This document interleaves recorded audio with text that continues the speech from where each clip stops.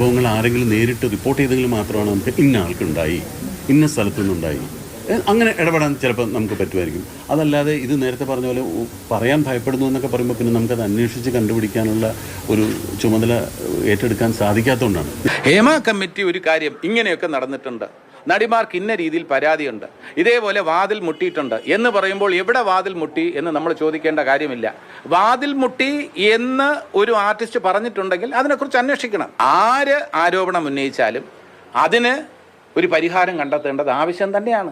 കോടതിയുടെ മുൻപിലുണ്ടല്ലോ, മുഴുവൻ റിപ്പോർട്ടും കോടതിയുടെ മുൻപിലേക്ക് വരും. അതോടൊപ്പം തന്നെ ഇതിനകത്ത് ലംഘിക്കപ്പെട്ടിട്ടുണ്ടെങ്കിൽ അതപ്പോൾ പരിശോധിക്കാൻ കഴിയില്ല, നമ്മുടെ മുൻപിലില്ല. കോടതിയുടെ മുമ്പാകെ ഇപ്പോൾ വിഷയം വന്നിരിക്കുന്നു. ആ വിശദീകരിച്ചതിനപ്പുറം പ്രത്യേകിച്ച് ഇനി ഒന്നും ഈ കാര്യത്തിൽ നമുക്ക് പറയാൻ. സർക്കാരിന് ഇതിന് യാതൊരു തരത്തിലുള്ള ഒളിച്ചു വെക്കേണ്ടുന്ന കാര്യവും ഇല്ല. സർക്കാരിൻ്റെ നയം വളരെ വ്യക്തമാണ്. സർക്കാർ എതിർപ്പുകൊണ്ട് ഒരിക്കലും ആയിരുന്നില്ല എന്നുള്ളത് ഈ ക്രമം മനസ്സിലാക്കുന്നവർക്കെല്ലാം നല്ലതുപോലെ അറിയുന്നതാണ്. നമസ്കാരം. ഹേമ കമ്മിറ്റി റിപ്പോർട്ട് പുറത്തു വരാതിരിക്കാനുള്ള കള്ളക്കളികൾ ഓരോന്നായി പുറത്തേക്ക് വരികയാണ്. വിവരാവകാശ കമ്മീഷൻ പറയാത്ത ഖണ്ഡികകളും നീക്കി. സ്വകാര്യത മാനിച്ചു എന്നുള്ളതാണ് മുടന്തൻ ന്യായീകരണം. സിനിമയിലെ ഏറ്റവും പ്രമുഖരുടെ ലൈംഗിക ചൂഷണത്തിന് തെളിവുണ്ട് എന്ന ഭാഗം പുറത്തു വന്നത് അബദ്ധത്തിലാണ്. മറച്ചുവെച്ചത് ഇനി അതിനുശേഷമുള്ള ഭാഗങ്ങൾ. മുഖ്യമന്ത്രി മറുപടി പറയണം എന്നുള്ളതാണ് പ്രതിപക്ഷത്തിന്റെ ആവശ്യം. ഒന്നും ഒളിച്ചു വെക്കാനില്ല എന്ന് MV ഗോവിന്ദൻ. ദീർഘദിവസങ്ങളിലെ മൗനത്തിന് ശേഷം മറുപടി പറയാനെത്തിയ അമ്മ ഭാരവാഹികൾ ചൂഷണത്തെക്കുറിച്ച് കേട്ടുകേൾവിയുള്ളവരല്ല. പവർ ഗ്രൂപ്പ് ഹൈപ്പവർ കമ്മിറ്റി ആകാം എന്ന നിഷ്കളങ്കതയും. റിപ്പോർട്ട് വെട്ടിയ താരം. സെൻസറിംഗ് ആരുടെ വക? അമ്മ അറിയാതെ പോയത് എന്തുകൊണ്ട്? പരാതി പൊഴുത്തിയത് ആർക്കു വേണ്ടി? ഈ ചോദ്യങ്ങളാണ് സൂപ്പർ പ്രൈം ടൈം ഇന്ന് വിശദമായ ചർച്ചയ്ക്ക് മുന്നോട്ട് വെക്കുന്നത്. നമ്മളോടൊപ്പം അമ്മയുടെ ഭാരവാഹി നടിയുമായ ശ്രീമതി അൻസിബ ഹസൻ കുറച്ച് സമയം ചേരും. ശ്രീമതി ഗായത്രി വർഷ നടിയും പൊതുപ്രവർത്തകയുമാണ്. ശ്രീ സജി നന്ദ്യാട്ട് നിർമ്മാതാവ്. അഡ്വക്കേറ്റ് KS അരുൺകുമാർ CPM-ൽ നിന്നും ഡോക്ടർ ജിൻഡോ ജോൺ കോൺഗ്രസിൽ നിന്നും ചേരും. വിശദമായ ചർച്ചയിലേക്ക് നമ്മൾ കടക്കുകയാണ്. അഡ്വക്കേറ്റ് ഹരീഷ് വാസുദേവൻ, ഹേമ കമ്മിറ്റി റിപ്പോർട്ടിൽ വിവരാവകാശ കമ്മീഷന്റെ ഉത്തരവിന് അപ്പുറത്തുള്ള ഒരു സെൻസറിംഗ് സർക്കാരിന്റെ ഭാഗത്തുനിന്നുണ്ടായി എന്ന് അങ്ങ് കരുതുന്നുണ്ടോ? അങ്ങനെ കരുതുന്നുണ്ടെങ്കിൽ അതെന്തുകൊണ്ടാണ്?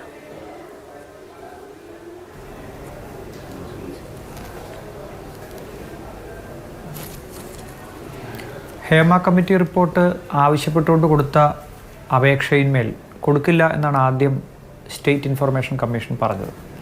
ആ ഉത്തരവിനെ ചോദ്യം ചെയ്ത അപ്പീലും പിന്നീട് കമ്മീഷനിൽ രണ്ടാം അപ്പീലും കൊടുത്ത മാധ്യമപ്രവർത്തകരുൾപ്പെടെയുള്ള അപേക്ഷകർക്ക് കമ്മീഷൻ ഈ കാര്യം വിശദമായി പരിശോധിക്കുകയും അതിനകത്ത് ഏതൊക്കെ പാരഗ്രാഫുകളാണ് കൊടുക്കാൻ നിയമപ്രകാരം ബുദ്ധിമുട്ടുള്ളതെന്ന് കണ്ടെത്തുകയും എന്നാൽ സ്വകാര്യതയുടെ പ്രശ്നമുണ്ടെങ്കിൽ മറ്റേതെങ്കിലും ഭാഗം കൊടുക്കണ്ടെങ്കിൽ അത് കൊടുക്കണ്ട, അത് തീരുമാനിക്കാനുള്ള അവകാശം സ്റ്റേറ്റ് പബ്ലിക് ഇൻഫർമേഷൻ ഓഫീസർക്ക് കൊടുത്തുകൊണ്ടാണ് ആ വിധിന്യായം പുറത്തു വരുന്നത്. ആ വിധി വന്നതിന് ശേഷം പബ്ലിക് ഇൻഫർമേഷൻ ഓഫീസറുടെ ഉത്തരവാദിത്വം ഏതൊക്കെ പാരഗ്രാഫുകളിലാണ് സ്വകാര്യതയുമായി ബന്ധപ്പെട്ട പ്രശ്നങ്ങളുള്ളത്, കൊടുക്കാൻ നിയമപരമായി പാടില്ലാത്തത്, അതിൻ്റെ കാര്യകാരണ സഹിതം ആ ലിസ്റ്റ് എഴുതി ഏതൊക്കെ പേജുകളിൽ ഏതൊക്കെ പാരഗ്രാഫുകൾ കൊടുക്കാൻ പറ്റില്ല എന്ന് തീരുമാനിച്ച് ഒരു ഉത്തരവ്, അതൊരു തീരുമാനമായി എടുക്കുകയും അതൊരു ഉത്തരവായി ഇറക്കുകയും ആ കാര്യം അപേക്ഷകരെ അറിയിക്കുകയും ചെയ്യുക എന്നുള്ളതാണ്. അപ്പോഴാണ് ഒരു അപേക്ഷയുടെ നടപടിക്രമങ്ങൾ പൂർത്തീകരിക്കുന്നത്. അത് ചെയ്ത ഘട്ടത്തിൽ ഇല്ലാത്ത ഒരു തീരുമാനമാണ് 96-ാം പാരഗ്രാഫിന് ശേഷമുള്ള 10 പാരഗ്രാഫുകൾ, 107 വരെയുള്ള പാരഗ്രാഫുകൾ, 11 പാരഗ്രാഫുകൾ ഒഴിവാക്കിക്കൊണ്ടുള്ള ഒരു കെട്ട് അപേക്ഷകർക്ക് നൽകുന്നത്, മാധ്യമങ്ങൾക്കുൾപ്പെടെ അത് കിട്ടുന്നത്. അപ്പോൾ ജൂലൈ മാസം 18-ാം തീയതി പബ്ലിക് ഇൻഫർമേഷൻ ഓഫീസർ ഇതെല്ലാം പരിശോധിച്ചെടുത്ത തീരുമാനത്തിൽ കൊടുക്കാം എന്ന് കണക്കാക്കിയ 97 മുതൽ 108 വരെയുള്ള പാരഗ്രാഫുകളിൽ ഈ ഉത്തരവ് വന്ന ശേഷം ഹൈക്കോടതിയിൽ പോയി ഹൈക്കോടതി ഇത് കൊടുക്കണം എന്നാവശ്യപ്പെട്ടു. ആ ഒരു മാസത്തിനുള്ളിൽ ഇത് കൊടുക്കണ്ട എന്ന തീരുമാനമുണ്ടാവുന്നു, അത് കൊടുക്കുന്നില്ല. എന്തുകൊണ്ട് കൊടുക്കുന്നില്ല എന്നുള്ള തീരുമാനം പോലും ഇത് കൊടുത്തപ്പോൾ അതിൻ്റെ കൂടെ ഉണ്ടാവുന്നില്ല. മറിച്ച് ഒരു ഉത്തരവിട്ട് കൊടുത്തു എന്ന് പറയുകയും കൊടുക്കാതിരിക്കുകയുമാണ് ചെയ്യുന്നത്. അതായത് മന്ത്രി രാജീവ് വിവരാവകാശ കമ്മീഷൻ ഉത്തരവിന്റെ അടിസ്ഥാനത്തിലാണ് ഉദ്യോഗസ്ഥർ പെരുമാറേണ്ടത്. അക്കാര്യം അങ്ങനെ തന്നെ പാലിക്കപ്പെട്ടിട്ടുണ്ടാകാം എന്നാണ് അദ്ദേഹം പറയുന്നത്. ഇപ്പോൾ ഉദ്യോഗസ്ഥർക്ക് മാത്രമായിട്ട് അങ്ങനെ ഒന്ന് ചെയ്യാൻ കഴിയുമോ എന്നൊരു ചോദ്യം സ്വാഭാവികമായും ഉണ്ടാവുകയില്ലേ? ആ തലത്തിൽ ആ വിവരങ്ങൾ അങ്ങനെ ഒളിപ്പിച്ചു വെക്കാൻ?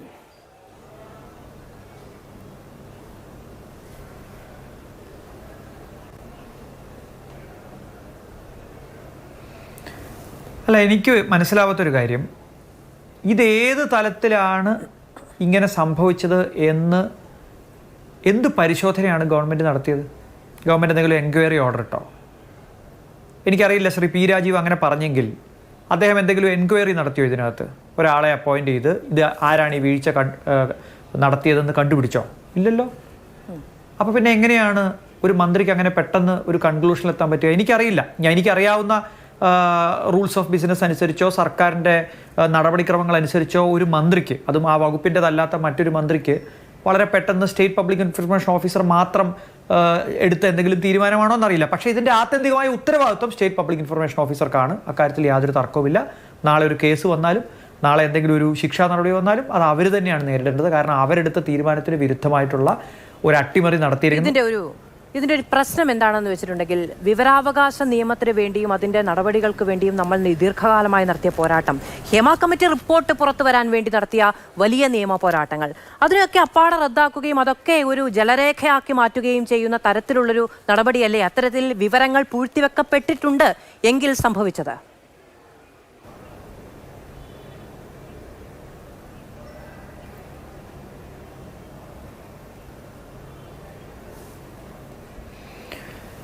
അല്ല, വാസ്തവത്തിൽ ഈ പബ്ലിക് ഇൻഫർമേഷൻ ഓഫീസർ കൊടുക്കില്ല എന്ന് പറഞ്ഞ പാരഗ്രാഫുകൾ, ആ പാരഗ്രാഫുകൾ തരില്ല എന്ന് പറഞ്ഞ് ബാക്കിയാണല്ലോ കൊടുത്തിരിക്കുന്നത്. അപ്പോൾ തീർച്ചയായിട്ടും അതിനെതിരായിട്ടൊരു അപ്പീൽ, ഒന്നാം അപ്പീൽ കൊടുക്കാൻ വ്യവസ്ഥ അതിനകത്ത് ഉണ്ടായിരുന്നു. അപ്പോൾ ഇത് കിട്ടിയെന്ന് വിചാരിച്ചിട്ടാണ് ആരും അത് കൊടുക്കാതിരുന്നത്. ഞാൻ പറയുന്നത്, ഇനിയിപ്പോൾ അവർ മാറ്റിവെച്ച ബാക്കി പാരഗ്രാഫുകളുടെ കാര്യത്തിൽ കൂടി ഈ സംശയം വളരെയധികം ബലപ്പെടുകയാണ്. യഥാർത്ഥത്തിൽ അത് പ്രൈവസി ഇൻവോൾവ്ഡ് ആണോ? കാരണം ഇപ്പോൾ 96-ാമത്തെ പാരഗ്രാഫ് കൊടുക്കരുതെന്നാണ് ഉത്തരവ്. എന്നാൽ 96-ാമത്തെ പാരഗ്രാഫ് നമ്മളെല്ലാം വായിച്ചല്ലോ. അതിനകത്ത് എവിടെയും പ്രൈവസി ഇൻവോൾവ്ഡ് അല്ലല്ലോ. അപ്പോൾ അത്തരം കാരണങ്ങൾ പറഞ്ഞ് മറച്ചു വയ്ക്കുന്ന പാരഗ്രാഫുകളിൽ പലപ്പോഴും ജനങ്ങൾ അറിയേണ്ടവയും ഇതിൽ വളരെ പ്രധാനപ്പെട്ടതുമായിട്ടുള്ള പ്രൈവസി ഇല്ലാത്ത ചില പാരഗ്രാഫുകളാണ്. അപ്പോൾ ആ പാരഗ്രാഫുകൾ, മറച്ചു വയ്ക്കപ്പെട്ട പാരഗ്രാഫുകളെ സംബന്ധിച്ച് ഇനി ഒരു അപ്പലേറ്റ് അതോറിറ്റിയോ അല്ലെങ്കിൽ അതിന് മുകളിൽ കമ്മീഷനോ വീണ്ടും പരിശോധിക്കേണ്ടതായിട്ട് വരും. കാരണം ഈ പ്രോസസ്സിനെ മുഴുവൻ ഒരുതരം മോക്കറിയാക്കുന്ന, കളിയാക്കുന്ന പ്രോസസ്സാണ് ഇപ്പോൾ സർക്കാരിൽ നടന്നിരിക്കുന്നതെന്ന് പറയാതിരിക്കാൻ വയ്യ. ഇത് ഏതെങ്കിലും ഒരു ഉദ്യോഗസ്ഥയ്ക്ക് പറ്റുന്ന ഒരു പിഴവായിട്ട് എനിക്ക് തോന്നുന്നില്ല. കാരണം അത്ര ഗൗരവത്തോടുകൂടി ചെയ്യുന്നൊരു കാര്യമാണ് ഇത്. കമ്മീഷൻ വരെ പോയി ഇത് വളരെ ഈ വിവേചനാധികാരത്തോടെ തീരുമാനമെടുക്കേണ്ട ഒരു വിഷയത്തിൽ ഒരു ഉദ്യോഗസ്ഥയ്ക്ക് മാത്രമായ അതിൻ്റെ അധികാരം, അല്ലെങ്കിൽ ഏതെങ്കിലും ഉദ്യോഗസ്ഥർക്ക് മാത്രമായ അധികാരം നിജപ്പെടുത്തുന്നതിൻ്റെ ഒരു പ്രശ്നം അതിലില്ലേ? അങ്ങ് പറഞ്ഞതുപോലെ ഇതിലൊരു അപ്പലേറ്റ് അതോറിറ്റി അല്ലെങ്കിൽ ഒരു സ്ക്രൂട്ടിനിക്ക് വേണ്ടി ഇതിൽ ഏതൊക്കെ വിവരങ്ങൾ പുറത്തു വരാമെന്ന് സംബന്ധിച്ച് തീരുമാനമെടുക്കാനുള്ളൊരു അധികാരം കുറച്ചുകൂടി ഉത്തരവാദിത്വ ബോധമുള്ള ജനങ്ങളോട് റെസ്പോൺസിബിൾ ആയിട്ടുള്ള ഒരു കമ്മിറ്റിക്കായിരുന്നെങ്കിലോ?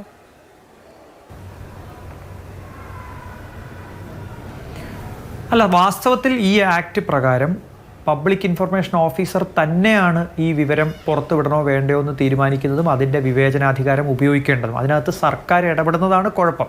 സർക്കാർ അതിനകത്ത് പോസിറ്റീവായിട്ടോ നെഗറ്റീവായിട്ടോ, ഇപ്പോൾ തുടക്കത്തിൽ കൊടുക്കണ്ട എന്ന് തീരുമാനിക്കുന്ന ആരാണ്? ആ പബ്ലിക് ഇൻഫർമേഷൻ ഓഫീസർ അല്ല എന്നാണ് ഞാൻ മനസ്സിലാക്കുന്നത്. അത് സർക്കാരാണ്. അത് ഒരു പക്ഷേ LDF സർക്കാർ വന്ന അന്ന് മുതൽ നമ്മൾ പരിശോധിച്ചാൽ സ്റ്റാറ്റ്യൂട്ടറി സ്കീമുകൾ എങ്ങനെയാണ് പ്രവർത്തിക്കുന്നത് നോക്കിയാൽ അത് കഴിഞ്ഞ UDF സർക്കാരിൻ്റെ കാലത്തുമുണ്ട്. അതായത് നിയമം ഒരാളെ ചുമതലപ്പെടുത്തി ഒരു കാര്യം ചെയ്യാൻ ചുമതലപ്പെടുത്തി അതിൻ്റെ പ്രോസ് ആൻഡ് കോൺസ് ഏറ്റുവാങ്ങാൻ ഒരു ഉദ്യോഗസ്ഥനെ നമ്മൾ വെച്ചാൽ അയാൾക്ക് സ്വതന്ത്രമായി പ്രവർത്തിക്കാൻ അവസരം കൊടുക്കാതെ സർക്കാർ ഇതിൻ്റെ പുറത്ത് തീരുമാനം.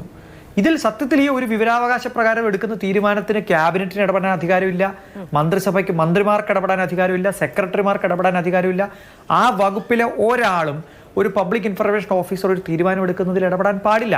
അപ്പോൾ ആദ്യത്തെ ഇത് കൊടുക്കില്ല എന്ന് പറഞ്ഞ തീരുമാനം മുതൽ ഇപ്പോഴുള്ള തീരുമാനം വരെ സത്യത്തിൽ ആ പബ്ലിക് ഇൻഫർമേഷൻ ഓഫീസർ സ്വന്തം നിലയ്ക്ക് തീരുമാനിക്കേണ്ടതാണ്, അതിൻ്റെ കോൺസിക്വൻസസ് അനുഭവിക്കേണ്ടതാണ്. പക്ഷേ ഇവിടെ കൊടുക്കണ്ട എന്ന് തീരുമാനിച്ചത് സർക്കാരാണെന്ന് പറയുന്നു. സർക്കാരാണെങ്കിൽ ഈ പ്രോസസ്സ് അട്ടിമറിക്കുകയാണ്. അപ്പോൾ ഈ അട്ടിമറിച്ച പ്രോസസ്സിൻ്റെ ഉത്തരവാദിത്വം എന്താ സർക്കാർ ഏക്കാത്തത്? വാസ്തവത്തിൽ ഇതൊന്നും നമുക്കറിയാവുന്നതുപോലെ, ഇപ്പോൾ എനിക്കും മാധുവിനും ഈ ചർച്ച കണ്ടുകൊണ്ടിരിക്കുന്ന സെക്രട്ടേറിയറ്റുമായി ബന്ധമുള്ള ആളുകൾക്കൊക്കെ അറിയാവുന്നതുപോലെ ഭരണതലത്തിലെടുക്കുന്ന തീരുമാനങ്ങളുടെ വിഴുപ്പ് ഭാണ്ഡം ചുമക്കാൻ നിർബന്ധിതരായി തീരും ഇത്തരം ഉദ്യോഗസ്ഥർ. അവർ പലപ്പോഴും ഒരു അന്വേഷണം വന്നാൽ അവർ സറണ്ടർ ചെയ്യുകയും അതിനുള്ള ശിക്ഷ ഏറ്റുവാങ്ങുകയും ചെയ്യും. അത് പണ്ട് കാലത്ത് വെടിവെച്ച് നക്സലുകളെ കൊല്ലുമ്പോൾ ഭരണകൂട താല്പര്യമാണ് സംരക്ഷിക്കപ്പെടുന്നതെങ്കിലും ജയിലിൽ പോകുന്നത് പോലീസുകാരാണെന്ന് പറഞ്ഞതുപോലെ ഇത്തരമൊരു വിക്ടിംസ് എല്ലാ മേഖലയിലും ഉണ്ടാവും. പക്ഷേ ഇത് വളരെ പ്രധാനപ്പെട്ട ഒരു കാര്യം, ഒരു കമ്മിറ്റി കോൺസ്റ്റിറ്റ്യൂട്ട് ചെയ്തിട്ട് ആ കമ്മിറ്റിയാണ് ഇതിൻ്റെ വിഷയങ്ങൾ പരിശോധിച്ചതെന്ന് മന്ത്രി പറയുകയുണ്ടായി. എക്സ്ട്രാ സ്റ്റാറ്റ്യൂട്ടറി ആയിട്ടുള്ള ഒരു പരിശോധനയും ഇക്കാര്യത്തിൽ നടത്താൻ പറ്റില്ല. ഈ കാര്യത്തിൽ കൊടുക്കാം എന്ന് പറഞ്ഞ വിഷയം ഒരു മൈൻഡ് അപ്ലൈ വളരെയധികം നന്ദി അഡ്വക്കേറ്റ് ഹരീഷ് വാസുദേവൻ. അങ്ങാണ് ഈ സംഭവവുമായി ബന്ധപ്പെട്ട് ആദ്യം ഇത്തരത്തിലൊരു സംശയം മുന്നോട്ട് വെച്ചത്. അത് അങ്ങ് തന്നെ പറയുന്നുണ്ട്, ഇത്രയും പ്രധാനപ്പെട്ട റിപ്പോർട്ട് പുറത്തു വന്നിട്ട് അതിൽ ഉത്തരവിന് വിരുദ്ധമായ എന്തെങ്കിലും തരത്തിലുള്ള മിസ്സിംഗ് ഉണ്ടായിട്ടുണ്ടോ എന്നുള്ള കാര്യത്തിൽ മാധ്യമങ്ങൾക്ക് ജാഗ്രത കുറവുണ്ടായി, പൊതുസമൂഹത്തിന് ജാഗ്രത കുറവുണ്ടായി, പരാതിക്കാർക്ക് ജാഗ്രത കുറവുണ്ടായി എന്നുള്ളതൊക്കെ ആ വിവരം പുറത്തു വരാനൊരു ഇനീഷ്യേറ്റീവ് എടുത്ത എന്ന നിലയിൽ അങ്ങയുടെ ആ വിമർശനം വളരെ കാര്യക്ഷമമായി പരിഗണിക്കപ്പെടേണ്ടതുമാണ്. പ്രത്യേകിച്ച് ഇതൊരു പബ്ലിക് സ്റ്റണ്ട് എന്ന രീതിയിൽ മാത്രമേ അതിനെ അപ്രോച്ച് ചെയ്യപ്പെടുകയുള്ളൂ എന്നുള്ളൊരു അമിതാത്മവിശ്വാസം കൊണ്ട് സംഭവിച്ചതാണ് എങ്കിൽ തീർച്ചയായും അതിന് വലിയ എഫേർട്ട് എടുത്തിട്ടുണ്ട്. ശ്രീമതി ഗായത്രി വർഷ, അപ്പോൾ ഇന്ന് സംഭവിച്ച പ്രധാനപ്പെട്ട 2 കാര്യങ്ങളെന്ന് പറയുന്നത്, വിവരാവകാശ കമ്മീഷൻ ഉത്തരവിന് വിരുദ്ധമായ രീതിയിൽ ചില കാര്യങ്ങൾ ഹേമ കമ്മിറ്റി റിപ്പോർട്ടിൽ നിന്ന് പുറത്തു വന്നതിൽ ഒഴിവാക്കപ്പെട്ടു എന്നുള്ളതാണ്. മറ്റൊന്ന് അമ്മയുടെ പ്രതികരണം. അങ്ങ് സിനിമയിലും രാഷ്ട്രീയത്തിലും ഒരുപോലെ ഇടപെടുന്ന ഒരാളാണ്. ഈ 2 കാര്യങ്ങളിലും കൃത്യമായ കാഴ്ചപ്പാടുണ്ടാകും എന്ന് തന്നെയാണ് എൻ്റെ വിശ്വാസവും. ഹേമ കമ്മിറ്റി റിപ്പോർട്ട് നമുക്കറിയാവുന്നതാണ്. ഒരു സ്ത്രീ സമൂഹത്തിൻ്റെ മുഴുവൻ ജാഗ്രതയുടെ വേദനയുടെ ഒക്കെ ഭാഗമായി കൂടി പുറത്തു വന്ന റിപ്പോർട്ടിൽ ഇത്തരത്തിൽ അട്ടിമറി ഉണ്ടാകാമായിരുന്നോ? അതിൽ ഇന്ന് അമ്മ നൽകിയ ഒരു വിശദീകരണം അങ്ങ് എങ്ങനെയാണ് നോക്കിക്കാണുന്നത്? ഇതിൽ ആദ്യത്തെ ചോദ്യത്തിൽ അട്ടിമറി ഉണ്ടായിട്ടുണ്ടെങ്കിൽ അട്ടിമറി ഉണ്ടാവാൻ പാടില്ല എന്നുള്ളത് തന്നെയാണ്. അത് ആരുടെ ഭാഗത്തു നിന്നാണെങ്കിലും അത്തരത്തിലുള്ള അട്ടിമറികൾ ഉണ്ടാവാൻ പാടില്ല. പിന്നെ സ്റ്റേറ്റ് എക്സിക്യൂട്ട് ചെയ്യുന്ന ബോഡി എന്നുള്ള നിലയിൽ സ്റ്റേറ്റിന് ഏറ്റവും മാനുഷിക പരിഗണനകളും കൂടി ചേർത്ത് വേണം ഇതിൻ്റെ അകത്ത് ഏത് നടപടിയുടെയും എക്സിക്യൂഷൻ ഉണ്ടാവാൻ. ഇപ്പം മന്ത്രിസഭയെ സംബന്ധിച്ചോ സർക്കാരിനെ സംബന്ധിച്ചോ സിനിമയുടെ ഇടങ്ങളെ കുറിച്ചിട്ട് എത്രമാത്രം അവർക്ക് സുവ്യക്തതയുണ്ട് എന്നുള്ളത് നമ്മൾക്ക് എന്താ പറയുക, വളരെ സംശയമുള്ള കാര്യമാണ്. കാരണം ഞങ്ങളെപ്പോലുള്ളവർക്ക് പോലും ഇതിനകത്ത് നടക്കുന്ന നാടകങ്ങൾ എന്ന് പറയുന്ന ഇടത്തെക്കുറിച്ച് യാതൊരു ധാരണയും ഇല്ലാതായി പോകുന്നു എന്ന് തോന്നിപ്പിക്കുന്ന ഒരിടത്താണ് ഇന്ന് അമ്മയുടെ ജനറൽ സെക്രട്ടറിയുടെ വെളിപ്പെടുത്തലുകൾ ഉണ്ടാവുന്നതും ഇത്രയും വൈകി പ്രതികരിക്കുന്നതും. ഈ ഒരു പ്രശ്നം വന്നപ്പോൾ ഹേമ കമ്മിറ്റി റിപ്പോർട്ട് മുന്നിൽ വെക്കുമ്പോൾ ഏറ്റവും അധികം പ്രതിസ്ഥാനത്തേക്ക് വരപ്പെട്ടത് അമ്മയുൾപ്പെടെയുള്ള അസോസിയേഷനുകളുമായി ബന്ധപ്പെട്ടിട്ടുള്ള അംഗങ്ങളാണ് എന്നുള്ളത് ആദ്യം മുതലേ പറയുന്നുണ്ട്. അങ്ങനെ പറയുമ്പോൾ ഇമ്മീഡിയറ്റ് ആയിട്ടുള്ള പ്രതികരണങ്ങൾ ഉണ്ടാവണം അവരുടെ ഭാഗത്തുനിന്ന്. അവിടെ ഷോ നടന്നതുകൊണ്ടാണ് നമ്മൾ പ്രതികരിക്കാത്തത് എന്ന് പറയുമ്പം ഒരു അസോസിയേഷൻ്റെ ഓഫീസ് എങ്ങനെയാണ് പ്രവർത്തിക്കുന്നത്, അല്ലെ അസോസിയേഷൻ്റെ ഭാരവാഹികളുടെ ഞങ്ങൾ ഇത്രയും അധികം സ്വാധീനമുള്ള ഒരു സാംസ്കാരിക മേഖല, സാമൂഹ്യ ബന്ധമുള്ള ഒരു സാംസ്കാരിക മേഖല ഞാൻ ആ പദം വളരെ വലിയൊരർത്ഥത്തിലാണ് പ്രയോഗിക്കുന്നത്. ആ അർത്ഥത്തിൽ ഞങ്ങളുടെ ഉത്തരവാദിത്തം ആ സംഘടനയിൽ അങ്ങനെയുള്ളൊരു മേഖലയിലെ ഏറ്റവും അധികം സ്വാധീനിക്കുന്ന ഇൻഫ്ലുവൻസേഴ്സ് ആയിട്ടുള്ള ഞങ്ങൾക്ക് സമൂഹത്തിനോടുള്ള ഉത്തരവാദിത്തം എന്നുള്ള രീതിയിൽ സിദ്ദിഖേട്ടൻ ഉൾപ്പെടെയുള്ളവരുടെ പ്രതികരണം ഇത്ര വൈകിയത് വളരെ മോശമായി എന്നുള്ള അഭിപ്രായം തന്നെ എനിക്കുണ്ട്. വൈകിയത് മാത്രമല്ല, എനിക്ക് തോന്നിയത് ഒറ്റ നോട്ടത്തിൽ ഞാൻ കണ്ടത് റീല് അഭിനയിക്കുന്ന പോലെയുള്ള ഒരു അഭിനയം റിയലായിട്ട് ക്യാമറകളുടെ മുമ്പിൽ വന്നൊന്ന് കാണിച്ചോ എന്നുള്ളതാണ്. 2 സ്ത്രീ ആർട്ടിസ്റ്റുകളെ കൂടെ കൊണ്ടിരുത്തുകയും അവർ വളരെ ഫ്ലാറ്റായിട്ട് ഡയലോഗ് പറയുന്നത് പോലെ എൻ്റെ റൂമിൽ ആരും തട്ടിയിട്ടില്ല, എനിക്കിതുപോലെ അനുഭവങ്ങൾ ഉണ്ടായിട്ടില്ല എന്ന് പറയുമ്പോൾ സഹപ്രവർത്തകരുടെ ഇടയിൽ ഉണ്ടായിട്ടുണ്ട് എന്ന് പറയുന്ന ഇത്ര കർക്കശ സ്വഭാവത്തോടെ അന്വേഷണ റിപ്പോർട്ടിൻ്റെ അടിസ്ഥാനത്തിൽ ഉണ്ടായിട്ടുണ്ടെന്ന് പറയുന്നത് വളരെ മാനിപ്പുലേറ്റഡ് ആയിട്ട് ഇൻഫ്ലുവൻസ് ചെയ്യുന്ന ഒരു ഇടങ്ങൾ അല്ലെങ്കിൽ പ്രവർത്തനങ്ങൾ, ഹൈറാർക്കി അനുസരിച്ച് തന്നെയുള്ള അധികാര പ്രയോഗങ്ങൾ എല്ലാം ഇതിലുണ്ട് എന്ന് പറയുമ്പോൾ എന്ത് വർഗബോധമാണ് കലാകാരന്മാർക്കുള്ളത് എന്നുള്ളൊരു ചോദ്യം കൂടി ഇതിനകത്ത് നിൽക്കുകയാണ്. ഒരു വർഗബോധം വേണ്ടേ? പണിയെടുക്കുന്നിടത്ത് നമുക്ക് നമ്മളോടൊപ്പം നിൽക്കുന്നവരോട്, ഒന്നിച്ചു നിൽക്കുന്നവരോടുള്ള ഒരു എന്താ പറയുക, ഒരു ഇഷ്ടം വേണ്ടേ? ഒരു ഇഷ്ടമെങ്കിലും വേണ്ടേ? ആ ഇഷ്ടം പോലും ഇല്ലാത്ത രീതിയിലുള്ള ഒരു പ്രതികരണമാണ് അസോസിയേഷൻ്റെ ഭാഗത്തുനിന്ന് ഉണ്ടായത് എന്ന് തന്നെയാണ് ഞാൻ വിചാരിക്കുന്നത്. ഇതിലൊന്നും ഞാൻ അതിൽ നിന്ന് പ്രതീക്ഷിക്കുന്നില്ല എന്നുള്ളത് മറ്റൊരു കാര്യമാണ്. ശരി, ഞാൻ അങ്ങിലേക്ക് വരാം. എനിക്ക് വിശദമായ കുറച്ച് കാര്യങ്ങൾ കൂടി ആവശ്യമുണ്ട്. നമുക്ക് എല്ലാ അതിഥികളിലേക്കും ഓരോ തവണ പോയതിന് ശേഷം വരാം. ശ്രീ സജി നന്ദിയാട്ടെ, സിനിമാ മേഖലയുമായി ബന്ധപ്പെട്ടുള്ള വിമർശനങ്ങൾ പല കേസുകളുടെയൊക്കെ ഭാഗമായി ഉന്നയിക്കപ്പെടുന്ന സമയത്ത് ഇതിനൊരു മാഫിയയാണ്. ഇന്നിപ്പോൾ നടൻ സിദ്ദിഖ് പറയുന്നത് മാഫിയ എന്ന് പറയുകയാണ്. അത് മാഫിയ പ്രവർത്തനം എന്താണെന്നൊരു പക്ഷെ അറിയാത്തത് കൊണ്ടായിരിക്കും, അറിയില്ലായിരിക്കും. നമ്മളൊക്കെ മാഫിയ പ്രവർത്തനം ഇങ്ങനെ ഇടപഴകി നോക്കുന്ന ആളുകളല്ലല്ലോ, അല്ലെങ്കിൽ നമ്മളിതൊക്കെ സിനിമയിലല്ലേ കണ്ടിട്ടുള്ളൂ. പക്ഷേ ഹേമ കമ്മിറ്റി റിപ്പോർട്ടിൽ പരാമർശമുള്ള വാക്കാണ് ഈ മാഫിയ എന്ന് പറയുന്നത്. കമ്മിറ്റിക്ക് മുൻപാകെ നൽകിയ മൊഴികളിൽ ഒരു പ്രധാനപ്പെട്ട നടൻ ഇതൊരു മാഫിയ നിയന്ത്രിക്കുന്ന, ഇതൊരു പവർ ഗ്രൂപ്പ് നിയന്ത്രിക്കുന്ന, മാഫിയ പോലെ പ്രവർത്തിക്കുന്ന കുറച്ച് ആളുകൾ നിയന്ത്രിക്കുന്ന, എന്തും ചെയ്യാൻ കഴിയുന്ന ഒരു സംവിധാനമായി അധപ്പതിച്ചു പോയി എന്ന റിപ്പോർട്ട് മുന്നിൽ വെക്കുകയാണ്. അതിന് ഇതൊന്നും ആദ്യമായിട്ട് നമ്മൾ കേൾക്കുന്നതല്ല കേട്ടോ. ഈ ഞെട്ടി അത്ഭുതപ്പെട്ടു എന്നൊക്കെ പറയാമെന്നേ ഉള്ളൂ. അപ്പം നമ്മൾ കേൾക്കുന്ന കാര്യങ്ങൾക്ക് ഒരു ആധികാരികത കൈവന്നു എന്നുള്ളതാണ് ഈ റിപ്പോർട്ട് പുറത്തു വരുമ്പോൾ സംഭവിക്കുന്നത്. അതിനെ അടിസ്ഥാനമാക്കിയുള്ള ചോദ്യത്തോട് ഇത്ര നിഷ്കളങ്കത കാണിക്കുന്നത് അഭിനയമല്ല എന്ന് എങ്ങനെ വിശ്വസിക്കാൻ കഴിയും?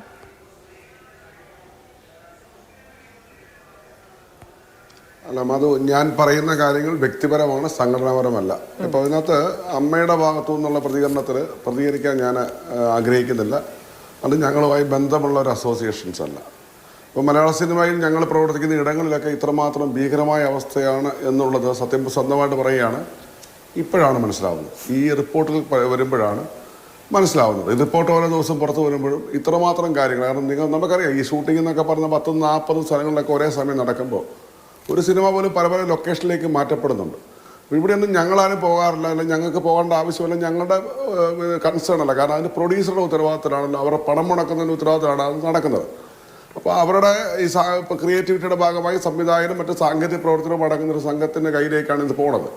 അതിൽ നല്ലവരുണ്ടാവും, മോശക്കാരുണ്ടാവുക. അപ്പോൾ തീർച്ചയായും ഞങ്ങൾ പോലും സത്യം പറഞ്ഞാൽ ഇന്ന് പലപ്പോഴും സംസാരിക്കുമ്പോഴും ഞങ്ങളുടെ നേതൃത്വങ്ങളും പലപ്പോഴും സംസാരിക്കുമ്പോഴും ഒക്കെ ഇത് ഇത്രയും മാത്രം ഗൗരവമായി ഇപ്പോൾ 6-7 വർഷം മുമ്പ് നടന്നതാണ്. നമുക്കറിയാം ഹേമ കമ്മിറ്റി റിപ്പോർട്ട് കഴിഞ്ഞപ്പോൾ 6-7 വർഷമായി. പക്ഷേ ഗുണകരമായ ഒത്തിരി മാറ്റങ്ങൾ 6-7 വർഷങ്ങൾക്ക് ശേഷം മലയാള സിനിമ നടന്നിട്ടുണ്ട്. അപ്പോൾ ഞങ്ങളൊക്കെ ഇപ്പോൾ അത്യാവശ്യം ഒരു നേതൃത്വ നിലയിലേക്ക് വരുമ്പോൾ സമയം ഇപ്പോൾ ആയിട്ടുള്ളൂ. ഞങ്ങളാരും ഇതൊന്നും ഒരിക്കലും അംഗീകരിക്കുന്നവരല്ല. കാരണം പീഡിപ്പിക്കുകയോ അല്ലെങ്കിൽ നിങ്ങൾ എല്ലാവരും ആക്ഷൻ പറയാൻ കാത്തിരിക്കുകയായിരുന്നു, ഞെട്ടാൻ എന്നുള്ളതാണ് എന്നെ ഏറ്റവും കൂടുതൽ അത്ഭുതപ്പെടുത്തുന്ന കാര്യം. സിനിമാ മേഖലയുമായി നിരന്തരമായി ഇടപെടുന്ന ആളുകളാണ് നിങ്ങൾ. ഇതിൽ ഈ സെക്ഷൽ ഹരാസ്മെന്റ് എന്ന് പറയുന്ന കാര്യത്തിൽ മാത്രമാണ് കേരളത്തിലെ മാധ്യമങ്ങളുടെ ശ്രദ്ധ. സെൻസേഷണലിസമാണ്, റേറ്റിംഗ് ആണ് ലക്ഷ്യം എന്നൊക്കെ പറഞ്ഞുള്ള വിമർശനങ്ങൾ എല്ലാത്തിനെയും നമ്മൾ കാര്യക്ഷമമായി അഡ്രസ്സ് ചെയ്യുന്നു.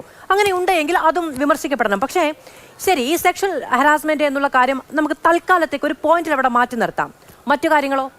മൂത്രമൊഴിക്കാൻ പോകാത്ത അവസ്ഥ വരെ സെറ്റിലുണ്ട് ജൂനിയർ ആർട്ടിസ്റ്റുകൾക്ക് എന്നൊരു സാഹചര്യം, അതിനൊക്കെ യഥാർത്ഥത്തിൽ ഉത്തരവാദി അതിൻ്റെ പ്രൊഡക്ഷൻ കമ്പനിയല്ലേ, അല്ലെങ്കിൽ നിർമ്മാതാവല്ലേ? അപ്പോൾ അതുപോലും നിങ്ങൾ ആരും അറിയുന്നില്ല എന്നുള്ളത്. ഇന്നിപ്പോൾ നടൻ സിദ്ദിഖ് പറയുന്നു അദ്ദേഹത്തിന് മെയിൻ സ്ട്രീം സിനിമകളിൽ മാത്രം അഭിനയിക്കേണ്ടി വന്നിട്ടുള്ളതുകൊണ്ട് ഇതൊന്നും അനുഭവിക്കേണ്ടി വന്നിട്ടില്ല. നടി ജോമോൾ പറയുന്നത് എൻ്റെ വാതിൽ ആരും മുട്ടിയിട്ടില്ലാത്തതുകൊണ്ട് എനിക്കിത് അറിയേണ്ടി വന്നിട്ടില്ല. അങ്ങ് പറയുന്നു അങ്ങേക്ക് ഇങ്ങനെ ഒരു സിനിമാ മേഖല, ഞാൻ ഇത്രയും കാലവും ഇടപെടുന്ന ഒരു സിനിമാ മേഖലയിൽ ഇതൊക്കെ ഉണ്ടോ എന്നറിഞ്ഞ് ഞെട്ടിയിരിക്കുകയാണ് നിങ്ങൾ എന്നുള്ളത്. ഞങ്ങളൊക്കെ പോലും കേൾക്കുന്ന സിനിമാ മേഖലയുമായി ഡയറക്റ്റായി ഒരു ബന്ധവും ചില അപൂർവം സൗഹൃദങ്ങൾക്കപ്പുറത്തില്ലാത്ത ഞങ്ങൾ പോലും നിരന്തരം കേൾക്കുന്ന ഒരു കാര്യവും നിങ്ങളാരും അറിഞ്ഞിട്ടില്ല. ഇന്ന് നടൻ സിദ്ദിഖ് ചോദിക്കുന്നു, അങ്ങ് വ്യക്തിപരമായ കാര്യമാണ് പറയുന്നത്, സംഘടനയുടെ കാര്യമല്ല എന്ന് പറഞ്ഞതുകൊണ്ട് സിനിമയുമായി ബന്ധപ്പെട്ട ഒരാളെന്ന നിലയ്ക്ക് സിദ്ദിഖ് പറഞ്ഞതിന് അങ്ങേക്ക് കമന്റ് ചെയ്യാമല്ലോ. നടൻ സിദ്ദിഖ് ഇന്ന് പറയുന്നു ഇതിൽ ഞങ്ങളുടെ അംഗങ്ങളല്ലേ ഇരയായിട്ടുള്ളത്, അപ്പം ഞങ്ങൾക്ക് വേണ്ടി ഉണ്ടാക്കിയിട്ടുള്ള ഒരു നിയമം അല്ലെങ്കിൽ ഞങ്ങൾക്ക് വേണ്ടി കണ്ടുപിടിക്കപ്പെട്ടിട്ടുള്ള ശുപാർശകൾ ഇതിലൊക്കെ ഞങ്ങൾ സന്തോഷിക്കുകയല്ലേ, അതുകൊണ്ട് ഞങ്ങൾ സ്വാഗതം ചെയ്യുകയല്ലേ ചെയ്യുന്നത്. ഈ അമ്മയുടെ മക്കളാണ് ഇതിൽ പരാമർശിക്കപ്പെട്ടിട്ടുള്ളതെങ്കിൽ ഇവരൊക്കെ ആർക്കും ഒരു കംപ്ലൈന്റ് പോയി പറയാൻ കഴിയാത്തത്ര പേടിക്കേണ്ട സ്ഥലമാണോ ഈ പറയുന്ന ക്ലബ്ബുകളൊക്കെ? അല്ല, അതിനകത്ത് മാധുവിനകത്ത് അമ്മയുടെ അംഗത്വമുള്ളവരാണോ എന്ന് എനിക്കറിയില്ല. കാരണം WCC ഉണ്ട്, അവർ നമ്മുടെ ഭാഗമാണ്. മറിച്ച് ഈ 64 പേരോ മറ്റുണ്ട്, അതിലെല്ലാവരും ആർട്ടിസ്റ്റുകളാണോ എന്ന് എനിക്കറിയില്ല. പിന്നെ ഞങ്ങൾ ഈ ജൂനിയർ ആർട്ടിസ്റ്റുകളെ സംബന്ധിച്ചോളം, ഞങ്ങളെ സംബന്ധിച്ചോളം 10, 600, 700 പേരൊക്കെ വേണ്ട ഒരു സാഹചര്യത്തിൽ കുറേ ബുദ്ധിമുട്ടുകളൊക്കെ ഉണ്ടാകും. നിങ്ങൾക്കറിയാം, നമുക്കൊരു പ്രദേശത്ത് ഒരു സമരം നടത്തുന്ന കാര്യത്തിലൊക്കെ വരുമ്പോൾ അല്ലെങ്കിൽ ഏതെങ്കിലും തരത്തിലൊരു ഷോട്ട് എടുക്കുന്ന സമയത്ത് 10, 600, 700 പേരൊക്കെ വരുമ്പോൾ സ്വാഭാവികമായിട്ടൊരു ബുദ്ധിമുട്ടുണ്ടാകും. അതിപ്പോൾ ആർക്കും പൂർണ്ണമായി പരിഹരിക്കാനോ പൂർണ്ണമായി സാറ്റിസ്ഫൈ ചെയ്യാനോ പറ്റത്തില്ല. കാരണം ജൂനിയർ ആർട്ടിസ്റ്റുകൾ പാവങ്ങൾ ഒത്തിരി കഷ്ടപ്പെടുന്നുണ്ട്. അതൊന്നും നമ്മളൊന്നും കാണാതെ പോകുന്നില്ല, അതിനെ അഡ്രസ്സ് ചെയ്യാതിരിക്കില്ല. പക്ഷേ ചില പ്രായോഗിക ബുദ്ധിമുട്ടുകളുണ്ട് മാധു, അത് നമുക്ക് പറയാതിരിക്കാൻ പറ്റത്തില്ല. എത്രമാത്രം നമ്മൾ അവരെ ഇപ്പം മൂത്രപ്പുരയുടെ കാര്യം പറയുമ്പോഴും, ഇപ്പോൾ ഞങ്ങളൊക്കെ ഷൂട്ട് ചെയ്യുമ്പോൾ പല വീടുകളിൽ ചെന്ന് പറയും, കുറച്ച് വീടുകളിലേക്കൊക്കെ ചെന്ന് പറയുമ്പോൾ അഡ്ജസ്റ്റ് ചെയ്തൊക്കെ പോകാൻ പറ്റും. ഒരു ലൊക്കേഷൻ തന്നെ അല്ലല്ലോ ഷൂട്ട് ചെയ്യുന്നത്. അപ്പോൾ നമ്മൾ കുറച്ചുകൂടെ കാര്യങ്ങൾ മനസ്സിലാക്കണം. ഒരു സിനിമയ്ക്ക് എത്രയോ ലൊക്കേഷൻസ് മാറും. അപ്പോൾ സമരം നടത്തുന്നു, പോലീസ് ചാർജ് ഇങ്ങനെയുള്ള കാര്യങ്ങളൊക്കെ വരുന്ന സമയത്ത് ജൂനിയർ ആർട്ടിസ്റ്റുകൾ പാവങ്ങൾ വെയിലത്തേക്കുന്നതൊക്കെ ശരിയാണ്. പക്ഷേ നമ്മളത് വേറൊരു മാർഗവും നമുക്കതില്ല. നമ്മളിതിനകത്ത് ചില പരിമിതികൾ നമുക്കുണ്ട്. നിങ്ങൾ ഇങ്ങനെ ചെയ്യരുത്, അവർക്ക് ഈ ഞാൻ ചോദിക്കട്ടെ, നമ്മുടെ സ്ഥലത്തേക്ക് ഒരു 600 പേരുള്ള ഒരു ഷൂട്ട് നടക്കുന്നു. നമുക്ക് 600 പേർക്ക് ഒരു ബാത്റൂം ഒക്കെ ഉണ്ടാക്കാൻ നമുക്ക് പറ്റത്തില്ല. കാരണം ഒരു ദിവസമൊക്കെ ആയിരിക്കും. നാട്ടിൽ ഈ ടോയ്ലറ്റ്സ് അടക്കമുള്ള സംവിധാനങ്ങളൊക്കെ ഉണ്ടല്ലോ. ശ്രീമതി ഗായത്രി വർഷയ്ക്ക് അങ്ങയോട് എന്ത് ചോദിക്കാനുണ്ട്? ശ്രീമതി ഗായത്രി വർഷം, ഞാൻ അത് തന്നെയാണ് മാധു സൂചിപ്പിച്ച കാര്യം തന്നെയാണ്. ഇപ്പം കാലം മാറി കഴിഞ്ഞപ്പോൾ നമ്മൾ ഇതിൻ്റെ അകത്ത് രണ്ട് പേരോടുമാണ്, ഇപ്പോൾ സജി നന്ദിയേട്ടനോട് മാത്രമല്ല മാധുവിനോടും നമ്മൾ ഒരു ചർച്ചയുടെ, അതും ഇതുപോലെയുള്ള ഒരു മാധ്യമത്തിൻ്റെ ഏറ്റവും പ്രധാനപ്പെട്ട സമയത്ത് കാലികമായിട്ട് ഏറ്റവും പ്രസക്തമായ വിഷയത്തിൽ ഇതുപോലെ ചർച്ച ചെയ്യുമ്പോൾ ഈ കാലഘട്ടത്തിൽ ഒരു ടോയ്ലറ്റ് ഉണ്ടോ എന്നുള്ളൊരു ചോദ്യത്തിൻ്റെ ചുറ്റിലും നിന്ന് ഈ സമയം കളയുന്നതിൻ്റെ അകത്ത് യാതൊരു അർത്ഥവുമില്ല. എവിടെ വേണമെങ്കിലും ഏറ്റവും ഹൈജീനിക് ആയിട്ടുള്ളൊരു ഈ ടോയ്ലറ്റ് വരെ വിൽക്കാൻ പറ്റുന്ന സാങ്കേതിക സംവിധാനങ്ങളുള്ള ഈ കാലഘട്ടത്തിൽ ഒരു ടോയ്ലറ്റ് ഉണ്ടോ എന്നുള്ളൊരു ചോദ്യത്തിൻ്റെ അകത്തൊന്നും പ്രസക്തിയില്ല. അതൊക്കെ സ്വയം അല്ലെങ്കിൽ നമ്മൾ എല്ലാവരും കൂടി ചേർന്നിട്ട് യഥാർത്ഥ പ്രശ്നങ്ങളിൽ നിന്ന് വഴിമാറി പോകുന്ന ഒരവസ്ഥയാണുള്ളത്. ഇത് നേരത്തെ ഇവിടെ ഹരീഷ് വാസുദേവൻ സാർ ഉൾപ്പെടെയുള്ള നമ്മുടെ അഡ്വക്കേറ്റ് ഉൾപ്പെടെയുള്ളവർ ചോദിച്ചു, എന്താ പറയുക, വകുപ്പ് മന്ത്രി പോലും അല്ലാത്ത ഒരാൾ വന്നിട്ട് ഇത്തരം കമൻറ്റ് പറയുക എന്നുള്ളത്. വ്യവസായ നിയമ വകുപ്പ് മന്ത്രിയാണ് സഖാവ് അല്ലെങ്കിൽ ശ്രീ പി രാജീവ് കേരളത്തിൽ. അപ്പോൾ വ്യവസായ നിയമ വകുപ്പ് മന്ത്രി സിനിമയെ സംബന്ധിക്കുന്ന ഒരു പ്രശ്നത്തിനകത്ത് അഭിപ്രായം പറയുന്നതിന് ആധികാരികമായി ഒരു അഡ്വക്കേറ്റ് ആയിട്ടിരിക്കുന്ന ഒരാൾ കാണിക്കുന്ന അസഹിഷ്ണുത എന്ന് പറയുന്നത് പ്രശ്നങ്ങളുടെ യഥാർത്ഥത്തിലേക്ക് ഇറങ്ങിപ്പോകാനുള്ള അസഹിഷ്ണുത തന്നെയാണ്.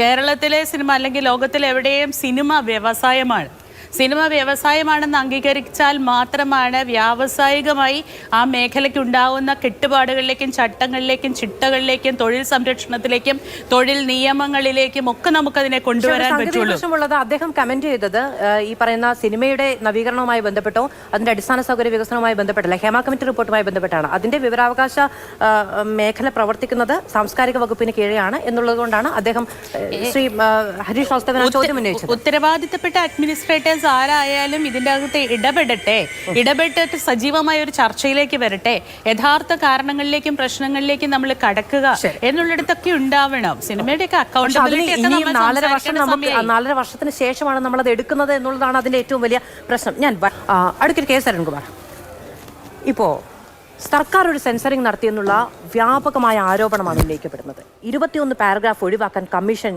നിർദ്ദേശിച്ചപ്പോൾ അതിൽ 129 പാരഗ്രാഫ് നീക്കം ചെയ്തു. 49 മുതൽ 53 വരെയുള്ള പാരഗ്രാഫ് അങ്ങനെ തന്നെ പോയി എന്നുള്ളതാണ് ഇപ്പോൾ ഉന്നയിക്കപ്പെടുന്ന ഒരു വിമർശനം എന്ന് പറയുന്നത്. ഇപ്പോൾ മന്ത്രി സജി ചെറിയാനോട് അതിൽ പ്രതികരിക്കാൻ പറഞ്ഞപ്പോൾ അദ്ദേഹം ഇനിയിപ്പോൾ കോടതിയിൽ നിന്ന് വരുന്ന കാര്യങ്ങൾക്കനുസരിച്ച് അതുകൊണ്ട് പ്രതികരിക്കാനില്ല എന്നൊരു നിലപാടെടുക്കുന്നു. വിവരാവകാശ കമ്മീഷന്റെ ഉത്തരവിന് വിരുദ്ധമായ ഒരു സെൻസറിംഗ് അതിൽ നടത്തിയിട്ടുണ്ട് എങ്കിൽ അതിൽ സർക്കാരിന് കൈകഴുകി പോകാൻ കഴിയുമോ? ഉദ്യോഗസ്ഥരുടെ മേൽ മാത്രം പഴിവെച്ച ഇന്ന് രാവിലെ മുതൽ ഈ വിഷയത്തിൽ വളരെ ഒരു ഗൗരവമാണ്, ഗുരുതരമാണ് എന്ന് പറഞ്ഞ് മാധ്യമങ്ങൾ നടത്തിക്കൊണ്ടിരിക്കുന്ന റിപ്പോർട്ടുണ്ട്. ഇപ്പോഴാണ് മനസ്സിലാകുന്നത് ഹൈക്കോടതിയിലെ ഒരു അഭിഭാഷകനാണ് ഇത്തരത്തിലുള്ളൊരു വിവരം പുറത്തുവിട്ടതെന്ന്. ഞാനിപ്പം മറ്റൊരു ചാനലിൽ നിന്നാണ് വരുന്നത്, ആ ചാനലിലും അഭിഭാഷകനുണ്ട്. താങ്കളാണല്ലോ ഈ വിവരം പുറത്തുവിട്ടതെന്നാണ് ചോദിക്കുന്നത്. അദ്ദേഹം അത് സമ്മതിക്കുകയാണ്. അദ്ദേഹം പറയുന്നത് ഗവൺമെൻറ് ഇടപെട്ട് വിവരാവകാശ ഓഫീസറെ കൊണ്ട് പ്രധാനപ്പെട്ട പാരഗ്രാഫുകൾ വെട്ടിമാറ്റി ചില വിവരങ്ങൾ സപ്രസ് ചെയ്തുകൊണ്ട് ഈ റിപ്പോർട്ട് പുറത്തുവിട്ടു എന്നതാണ്. നമുക്ക് എല്ലാവർക്കും അറിയാവുന്നതുപോലെ സംസ്ഥാന വിവരാവകാശ കമ്മീഷണർ ഇട്ട ഉത്തരവ്, ആ ഉത്തരവിൽ പറഞ്ഞു ഇന്നന്ന പാരഗ്രാഫുകൾ ഒഴികെ ഇത് പുറത്തിറക്കണം. അതോടൊപ്പം തന്നെ ഈ റിപ്പോർട്ട് പുറത്തുവിടുന്ന സാംസ്കാരിക വകുപ്പിൻ്റെ വിവരാവകാശ ഓഫീസർക്ക് ചില പദവികളും കൊടുത്തു. ഞാൻ വായിക്കാം അദ്ദേഹത്തിൻ്റെ ഉത്തരവിലെ page 27 paragraph 8. State public information officer should ensure that the material do not lead to the identification of individual reference in the said report or compromise their privacy. അതോടൊപ്പം തന്നെ page 26 paragraph 4 to make operational the above mentioned orders the state public information officer is directed to personally scrutinise the justice K Hema committee report to identify and sever information that is exempt from disclosure. അതായത് വ്യക്തിപരമായി പരിശോധിച്ച് ഈ പറയുന്ന പാരഗ്രാഫുകളല്ലാതെ ഈ report സൂക്ഷ്മമായി പരിശോധിച്ച് പുറത്തുവിടുന്ന report പരിശോധിച്ച് അതിൽ ഏതെങ്കിലും തരത്തിൽ പ്രൈവസിയെ ബാധിക്കുന്ന, ഐഡന്റിറ്റിയെ ബാധിക്കുന്ന തരത്തിലുള്ള വിവരം കൂടി ഒഴിവാക്കണമെന്ന് ഈ റിപ്പോർട്ടിന്റെ ഈ അദ്ദേഹത്തിന്റെ ഉത്തരവിന്റെ ഭാഗമാണ് ഇതെല്ലാം. ഇന്ത്യൻ പാർലമെന്റ് പാസാക്കിയ വിവരാവകാശ നിയമപ്രകാരം പ്രവർത്തിക്കുന്ന ഒരു കമ്മിറ്റി ആക്ട് പ്രകാരം പ്രവർത്തിക്കുന്നവർ, അതിൽ കമ്മീഷണർ ഇട്ട ഉത്തരവ് അതിന്റെ ഓഫീസർ നടപ്പാക്കുന്നു. ഇതിലെവിടെയാണ് ഗവൺമെന്റിന്റെ അധികാരം, ഗവൺമെന്റിന്റെ പവർ? ഒറ്റ കാര്യം, ഇത്തരത്തിൽ ഒരു അഭിഭാഷകൻ ഇത്തരത്തിൽ ഒരു ആരോപണം ഉന്നയിക്കുമ്പോൾ ഗവൺമെന്റ് അതിൽ ഇടപെട്ടു എന്ന് കാണിക്കാൻ എന്ത് വിവരമാണ് അദ്ദേഹത്തിനുള്ളത്? ഏതെങ്കിലും വിവരമുണ്ടെങ്കിൽ ആ വിവരം പുറത്തു വിട്ടുകൊണ്ട് വേണ്ടേ പൊതുസമൂഹത്തിൽ ഇത്രയധികം സംശയം ഉണ്ടാക്കുന്ന തരത്തിൽ ഒരു ആരോപണം ഉന്നയിക്കാൻ? അത്തരത്തിലൊരു വിവരം പുറത്തുവിടുമ്പോൾ നിങ്ങൾ മാധ്യമങ്ങൾ ചോദിക്കേണ്ടേ എന്ത് അടിസ്ഥാനത്തിലാണ് താങ്കൾ ഇത് പറയുന്നത്? കമ്മീഷണർ കൃത്യമായി ഓഫീസർക്ക് അധികാരം കൊടുക്കുന്നു, ഇന്ന പാരഗ്രാഫ് മാറ്റണം, അതോടൊപ്പം നിങ്ങൾ സ്കൂട്ടനൈസ് ചെയ്ത് വ്യക്തിപരമായി ഐഡന്റിറ്റിയെ ബാധിക്കുന്ന, ഇതിലെ സാക്ഷികളെ ബാധിക്കുന്ന വിവരം കൂടി ഒഴിവാക്കി ഈ റിപ്പോർട്ട് പുറത്തുവിടാൻ പറയുന്നു. ഇതിലെവിടെയാണ് തെറ്റ്? ഇതാണ് അങ്ങയുടെ പ്രതിരോധം. ഒരൊറ്റ മിനിറ്റ്, ഞാനൊരു ഇടവേള എടുത്തതിന് ശേഷം വരെ നമുക്ക് ഈ വിഷയം തന്നെ വിശദമായി ചർച്ച ചെയ്യാം. ഡോക്ടർ ജിൻഡോ ജോൺ, ഇപ്പോൾ അടുക്കൽ കെ എസ് അരുൺകുമാർ ഉന്നയിച്ചൊരു കാര്യം കൃത്യമാണ്. അതായത് സാംസ്കാരിക വകുപ്പ് മന്ത്രി അടക്കം ആദ്യം പറയുന്നത് ഇതിൽ SBIക്ക് പുറമെ സർക്കാരിന് ഒരു റോളുമില്ല എന്നുള്ളതാണ്. ആ വിവരം പുറത്തു വന്നതിലോ പുറത്തു പെടാതെ പോയ വിവരത്തിലോ സർക്കാരിന് എന്ത് പങ്ക് എന്നുള്ളതാണ് ചോദ്യം.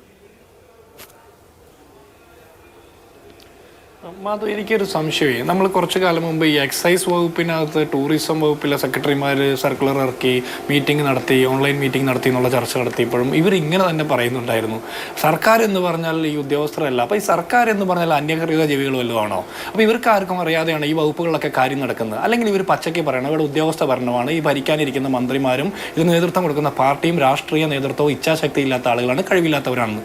ഇതിങ്ങനെ പിടിക്കപ്പെടുമ്പോൾ ഇവർ പറയും ഉദ്യോഗസ്ഥരാണെന്ന്, ഞങ്ങൾക്കൊരു ബന്ധമില്ലെന്ന് പറയും. 4.5 വർഷക്കാലം സാംസ്കാരിക വകുപ്പ് മന്ത്രിമാർ മാറി മാറി വന്ന ആളുകൾ ഇത് കണ്ടിട്ടും കണ്ടില്ല എന്ന് പറയുകയും അവർ വായിച്ചിട്ടില്ല എന്ന് നുണ പറയുകയും ചെയ്ത് എന്തിൻ്റെ പേരില്ല? ഇതിൽ പാരഗ്രാഫുകൾ വിട്ടുപോയതിനെ കുറിച്ചിട്ടാണ് അല്ലെങ്കിൽ പുറത്തു വിടാത്തതിനെ കുറിച്ച് മാത്രമാണ് ഡിബേറ്റ് എങ്കിൽ ഇവർ പറയുന്നത് ന്യായം നമുക്ക് വാദത്തിന് വേണ്ടിയെങ്കിലും സമ്മതിക്കാം. 4.5 വർഷക്കാലം ഇത് കണ്ടിട്ടും കാണാതെ പോയത് എങ്ങനെയാണ്? ഇത്രയും ഗുരുതരമായിട്ടുള്ള ക്രിമിനൽ ഒഫൻസുകൾ കമ്മിറ്റ് ചെയ്തിട്ടുള്ള റിപ്പോർട്ട് മുമ്പിൽ വരുമ്പോൾ ഹേമ കമ്മിറ്റിക്ക് 1 കോടി രൂപയിലധികം രൂപ കൊടുത്തിട്ട് ഒരു റിപ്പോർട്ട് സമർപ്പിക്കാൻ പറഞ്ഞത് 4.5 വർഷക്കാലം ഇവരുടെ തലയിണക്കടിയിൽ വെച്ച് കിടന്നുറങ്ങാൻ വേണ്ടിയിട്ടല്ലോ. അങ്ങനെ ആയിരിക്കാൻ ഒരു സാധ്യതയില്ല. ഞാൻ ഒരൊറ്റ കാര്യം ചോദിക്കട്ടെ, ഈ സിനിമാ മേഖലയിൽ പ്രവർത്തിക്കുന്ന പെൺകുട്ടികളും അല്ലെങ്കിൽ സ്ത്രീകളോട് അടക്കമുള്ള ആളുകൾ അവർ വന്ന് ഹേമ കമ്മിറ്റിക്ക് മുമ്പിൽ പരാതി പറഞ്ഞിട്ടും എന്ത് ഇവരുടെയൊക്കെ സംഘടനകളിൽ, ഇവരുടെ സിനിമാ സംഘടനകളിൽ പരാതി പറയാത്തത് എന്ന് സംഘടനയുടെ ഭാരവാഹികളൊക്കെ ചോദിക്കുന്ന ഒരു കാര്യം കേട്ടു. ഞാൻ ചോദിക്കുന്നത്, ഈ അലൻസിയർ ലോപ്പസ് അഭിനയിച്ച ഒരു സിനിമയുണ്ട്, അപ്പൻ എന്ന് പറഞ്ഞ സിനിമ. ആ അപ്പൻ്റെ സ്വഭാവമുള്ള ആളുകളുടെ കൂടെ വർക്ക് ചെയ്യുമ്പോഴുള്ള ദുരനുഭവങ്ങൾ ഹേമ കമ്മിറ്റിക്ക് മുമ്പിൽ പറയാൻ പറ്റിയിട്ടും എന്തേ തങ്ങളുടെ സംഘടനകളുടെ മുമ്പിൽ പറയാത്തത് എന്ന് ചോദിച്ചാൽ ഇത്തരം അമ്മമാർക്കൊക്കെ ചിറ്റമ്മ നയമാണ് എന്നുള്ളത് തന്നെയാണ്. അതുകൊണ്ട് തന്നെയാണ് അവർ ഗവൺമെന്റിന് മുമ്പിൽ ഒരു റിപ്പോർട്ട് വന്നിട്ടും പരാതി കിട്ടിയാൽ അന്വേഷിക്കാമെന്ന് ഗവൺമെന്റ് പറയുന്നത്. ഇവിടെ FIR ഇടാൻ പരാതി കിട്ടട്ടെ എന്ന് പറയുന്നത്. മിനിഞ്ഞാന്നാണ് വൈറ്റ് ലൈനിൽ ഒരു സ്ത്രീയെ ഒരു തമിഴ് യുവാവ് മർദ്ദിച്ചതുമായി ബന്ധപ്പെട്ട് സ്ത്രീക്ക് പരാതിയില്ല, മർദ്ദിച്ച ആൾക്കും പരാതിയില്ല. പക്ഷെ കേരള പോലീസ് കേസെടുത്തു. എന്തിന്റെ പേരിലാണെന്ന് അരുൺകുമാർ ഒന്ന് അന്വേഷിക്കണ്ടേ? ആ കേരള പോലീസ് അങ്ങനെ നടപടിയെടുക്കാമോ? നിങ്ങൾ പറഞ്ഞ ന്യായം അനുസരിച്ചാണെങ്കിൽ തല്ലു കൊടുത്ത ആൾക്കും തല്ലു വാങ്ങിയ ആൾക്കും പരാതിയില്ലെങ്കിൽ പിന്നെ എന്തിനാ കേരള പോലീസ് ഇടപെടുന്നത്? ഈ ഫസ്റ്റ് ഇൻഫർമേഷൻ റിപ്പോർട്ട് എന്ന് പറഞ്ഞാൽ ഇൻഫർമേഷൻ കിട്ടുമ്പോൾ എടുക്കുന്ന റിപ്പോർട്ടാണ് അല്ലേ, അല്ലാണ്ട് ഒരു പരാതി കിട്ടിയിട്ടല്ല. ആര് ഒരു ഇൻഫർമേഷൻ കൊടുത്താലും ആ ഇൻഫർമേഷന്റെ പുറത്ത് നടപടി സ്വീകരിക്കാനുള്ള രാഷ്ട്രീയ ഇച്ഛാശക്തി ഇല്ലാത്ത നേതൃത്വമാണ് കേരളം ഭരിക്കുന്നതെന്ന് നമ്മൾ മനസ്സിലാക്കണം. വനിതാ മതിൽ കെട്ടാൻ വേണ്ടിയിട്ട് ചെലവഴിച്ചതിൻ്റെയും അതിന് വേണ്ടിയിട്ട് ശ്രമിച്ചതിൻ്റെയും 4-1 ആവേശം വേണ്ടല്ലോ ഇതൊക്കെ നടപ്പാക്കാൻ. ഒരു കാര്യം കൂടി ചോദിക്കട്ടെ, ഗവൺമെന്റിന് മുമ്പിൽ ക്ലാരിറ്റി ഇല്ലാത്തത് കൊണ്ട് കോടതിയുടെ ഉത്തരവ് വരട്ടെ എന്ന് പറയുന്നു. ക്ലാരിറ്റി ഇല്ലാത്തതിന്റെ പേരിൽ ക്ലാരിറ്റി നടപ്പാക്കി തരണമെന്ന് ഗവൺമെന്റ് ആവശ്യപ്പെട്ടുകൊണ്ട് കോടതിയുടെ മുമ്പിൽ പോയതല്ല. ഇതിലും മറ്റ് ചില കക്ഷികൾ, തൽപര കക്ഷികളായിട്ടുള്ള ആളുകൾ ഈ റിപ്പോർട്ട് പുറത്തുവിടണം എന്ന് പറഞ്ഞ് കോടതിയുടെ മുമ്പിൽ പോകുന്ന സാഹചര്യമാണ് ഉണ്ടാകുന്നത് അല്ലേ? നമ്മുടെ കാഫിർ സ്ക്രീൻഷോട്ട് പോലെ തന്നെ ആരോപണത്തിന്റെ മുമ്പിൽ നിൽക്കുന്ന ആളുകൾ, ആരോപണം ഉന്നയിച്ച ആളുകൾ ഇതൊന്ന് പുറത്തു വരണം, ഇതിൽ എന്താണ് എഴുതി വെച്ചിട്ടുള്ളതെന്ന് ഞങ്ങൾക്ക് അറിയണമെന്ന് പറയുമ്പോൾ ഗവൺമെന്റ് പറയാം ഞങ്ങൾക്ക് ക്ലാരിറ്റി ഇല്ലാത്ത കാരണം കോടതി പോയതാണ്. ഗവൺമെന്റ് അല്ല പോയത് വേറെ ആളുകളാണ്. ഇതിൻ്റെയൊക്കെ ഉത്തരവാദിത്തം ഇവരങ്ങ് ഏറ്റെടുക്കുക. ഇനി ഈ ചർച്ചയിൽ നമ്മളോട് പങ്കെടുക്കുന്ന സജി നന്ദിയാട്ടിനോട് ഒരു ചോദ്യം ചോദിക്കുക. ഇന്നലെ ഞാൻ താങ്കളുടെ കുറച്ച് ബൈറ്റൊക്കെ കണ്ടതാണ്. ഹേമ കമ്മിറ്റി റിപ്പോർട്ട് ദുരൂഹം, മൊഴി പറഞ്ഞവരുടെ പേര് വിവരങ്ങൾ പുറത്തു വിടണം, തറവാടികളായിട്ടുള്ള ആളുകൾ ഞങ്ങളോടുണ്ട്, മറ്റേ ആളുകളാണ് പരാതി കൊടുത്ത് ആരൊക്കെയാണെന്ന് ഞങ്ങൾക്ക് അറിയണമെന്ന് പറയുന്നു. അതേ വാദത്തിൽ താങ്കൾ ഇപ്പോഴും ഉറച്ചു നിൽക്കുന്നുണ്ടോ? ഇതൊരു പരിഷ്കൃത സമൂഹമാണെന്നുള്ള സാമാന്യ ബോധമില്ലാതെയാണ് സംഘടനയുടെ പല ഭാരവാഹികളും സംസാരിക്കുന്നത്. നമ്മളെല്ലാവരും ഇടപെടുന്ന മേഖലയിൽ നമുക്ക് എല്ലാവർക്കും പരിചയമുള്ള കാര്യങ്ങൾ ഹിയർസെ എന്നുള്ളതിൽ നിന്ന് ഇന്നൊരു എവിഡന്റ് ആയിട്ട് ഒരു റിപ്പോർട്ടായിട്ട് സർക്കാരിന് മുമ്പിൽ സമർപ്പിക്കും സമർപ്പിക്കപ്പെട്ടിട്ട് 4 വർഷക്കാലം അതിന്മേൽ ഒരു നടപടിയും എടുക്കാതെ അതിന്മേൽ നടപടിയെടുക്കാം, അതിന്റെ റിപ്പോർട്ട് പുറത്തുവിടാമെന്ന് തീരുമാനിക്കുമ്പോൾ പോലും 5 പേജുകൾ 11 പാരഗ്രാഫുകൾ ആർക്ക് വേണ്ടിയിട്ട് വെട്ടിമാറ്റി എന്ന് പറയണ്ടേ? ആർക്ക് വേണ്ടിയിട്ട് അത് വെട്ടിമാറ്റപ്പെടുന്നത്? അപ്പോൾ മന്ത്രിമാർ പറയുന്നു ഞങ്ങൾക്കറിയില്ല, അത് പരിശോധിക്കാമെന്ന്. ഇത്രയൊക്കെ കോലാഹലങ്ങൾ നടന്നിട്ട്, ഇത്രയൊക്കെ ചർച്ചകൾ അനുദിനം അരങ്ങേറിയിട്ടും അങ്ങനെ ഏതെങ്കിലും ഒരു ഉദ്യോഗസ്ഥൻ സ്വന്തം ഇഷ്ടപ്രകാരം വേണ്ടപ്പെട്ടവരെ സംരക്ഷിക്കാൻ വേണ്ടിയിട്ട് ഇതിന്റെ റിപ്പോർട്ട് വിവരാവകാശ കമ്മീഷണറുടെ ഉത്തരവിനെ പോലും അതിലംഘിച്ചുകൊണ്ട് ആ പാരഗ്രാഫുകൾ വെട്ടിമാറ്റി പൊതുസമൂഹത്തിന് മുമ്പിൽ ഒരു നിമിഷം ഡോക്ടർ ജിൻഡോ, അടുത്ത കേസ് ചോദ്യം ഒരു നിമിഷം അടുത്ത കേസ് ഇവിടെ ഒറ്റ കാര്യമുള്ളൂ, ജനറൽ ആയിട്ടുള്ളതാ. കാരണം 40 വർഷം നിങ്ങൾ കേരളം ഭരിച്ചു, ഒരിക്കൽ പോലും നിങ്ങൾ ഒരു കമ്മീഷനെ വെച്ചില്ല. കമ്മീഷനെ വെച്ച LDF ഗവൺമെന്റ്, റിപ്പോർട്ട് വാങ്ങിച്ച LDF ഗവൺമെന്റ്, അതുമായി തുടർ നടപടികൾ സ്വീകരിച്ച് നിരവധിയുണ്ട്. ഇപ്പോൾ ഒരു നയം രൂപീകരിക്കാൻ പോകുന്നു, നിയമം രൂപീകരിക്കാൻ പോകുന്നു, എല്ലാ ഷൂട്ടിംഗ് സെന്ററുകളിലും ICC വന്നു. ICC അഡ്രസ് ചെയ്യേണ്ട വിഷയമാണ് ഇതിൽ ഭൂരിഭാഗം വിഷയങ്ങളും. നിയമപരമായിട്ടുള്ള ക്രിമിനൽ കേസുമായി ബന്ധപ്പെട്ടുകൊണ്ട് ഇന്നലെ ഹൈക്കോടതിയുടെ ഡിവിഷൻ ബെഞ്ച് പറഞ്ഞതുപോലെ ഗവൺമെന്റിന് ചില കൺഫ്യൂഷൻ ഉണ്ട്. കാരണം ആരും രംഗത്ത് വരാതെ വരുമ്പോൾ ക്രിമിനൽ കേസ് നിലനിൽക്കുമെന്നുള്ള കൺഫ്യൂഷൻ അത് ഞങ്ങൾ അഡ്രസ് ഈ കമ്മീഷൻ സർക്കാർ ഒരു ദിവസം കൊണ്ടിരുന്നപ്പോൾ ഉൾവിളി ഉണ്ടാക്കിയിട്ട് വെച്ച കമ്മീഷനല്ല. അതുമായി ബന്ധപ്പെട്ട് ഞാൻ തുടക്കത്തിൽ പറഞ്ഞു, 2017 നമ്മളെയൊക്കെ ഞെട്ടിക്കുന്ന ഒരു സംഭവം ഉണ്ടായതിന്റെ പേരിൽ മാത്രം WCC അങ്ങോട്ട് പോയി ആവശ്യപ്പെട്ടതിനുണ്ടാക്കിയ കമ്മിറ്റിയാണ്. അതിന്റെ അവകാശവാദം എങ്ങനെയാണ്? അന്ന് അവർ ഒരു കമ്മിറ്റി രൂപീകരിക്കണമെന്ന് ആവശ്യപ്പെടുമ്പോൾ പറ്റില്ല എന്ന് സർക്കാരിന് പറയാൻ കഴിയില്ല. അല്ല, വളരെ പോസിറ്റീവായി കിട്ടാവുന്നതിൽ ഏറ്റവും മികച്ച ഒരു കമ്മിറ്റി വെച്ച് പഠനം നടത്തി മുന്നോട്ട് പോയപ്പോൾ നടത്തിയ നടപടികൾ, ചെയ്ത നടപടികളെ കുറിച്ച് കൃത്യമായിട്ടുണ്ട്. റിപ്പോർട്ട് എന്ത് ചെയ്തു അരുൺകുമാർ? ആ റിപ്പോർട്ട് കമ്മിറ്റി സമർപ്പിച്ച മുഖ്യമന്ത്രിക്ക് കൊടുത്ത റിപ്പോർട്ടിൽ നിങ്ങൾ എന്ത് ചെയ്തു? ആ റിപ്പോർട്ട് എന്ത് ചെയ്തു? അതാണ് എന്റെ ഏറ്റവും വലിയ ഒരു ക്യൂരിയോസിറ്റി എന്ന് പറയുന്നത്. ആ റിപ്പോർട്ട് എന്താ ചെയ്തത്? ആ റിപ്പോർട്ടിന്റെ അടിസ്ഥാനത്തിലാണ് കൃത്യമായി 13 മാസം മുമ്പ് ഒരു സബ് കമ്മിറ്റിയെ വെച്ച് ഒരു നയം രൂപീകരിക്കാൻ വേണ്ടി തീരുമാനിച്ചത്. ആ സബ് കമ്മിറ്റിക്ക് 2 മാസമാണ് സമയം കൊടുത്തത്. ഗവൺമെന്റ് ഉത്തരവ് പ്രകാരം 15/7/2023 പുറത്തിറക്കിയ ഉത്തരവിൽ പ്രസ്തുത കരട് സിനിമാ നയം തയ്യാറാക്കുമ്പോൾ ജസ്റ്റിസ് K. ഹേമ കമ്മിറ്റിയുടെ ശുപാർശകൾ കൂടി പരിശോധിച്ച് ഉചിതമായ നിർദ്ദേശങ്ങൾ അതിൽ ഉൾക്കൊള്ളേണ്ടതും സിനിമയുടെ pre production, production, post production, distribution, exhibition എന്നീ വിവിധ മേഖലകളിൽ പ്രവർത്തിക്കുന്നവരുടെ അഭിപ്രായം കൂടി കണക്കിലെടുക്കണം. ഇതിന്റെ പ്രശ്നം എന്താണെന്നറിയാമോ? ഞാൻ കഴിഞ്ഞ ദിവസം സാംസ്കാരിക വകുപ്പ് മന്ത്രിയോട് ഇതേ ഫ്ലോറിൽ ഇരുന്ന് ചോദിക്കുമ്പോൾ അദ്ദേഹം എന്നോട് പറഞ്ഞത്, ഞങ്ങൾ ഗംഭീരമായി ഫിലിം ഫെസ്റ്റിവൽ നടത്തിയില്ലേ, അടിസ്ഥാന സൗകര്യ വികസനത്തിന് ഞങ്ങൾ തിയേറ്ററുകൾ ഉണ്ടാക്കിയില്ലേ എന്നൊക്കെയാണ്. ആ കമ്മിറ്റി റിപ്പോർട്ടിൽ എഴുതി വെച്ചിരിക്കുന്നത് നമ്മുടെ സഹജീവികൾ അനുഭവിച്ച ക്രൂരമായ നിന്ദ്യമായ പീഡനങ്ങളുടെ കഥയാണ്.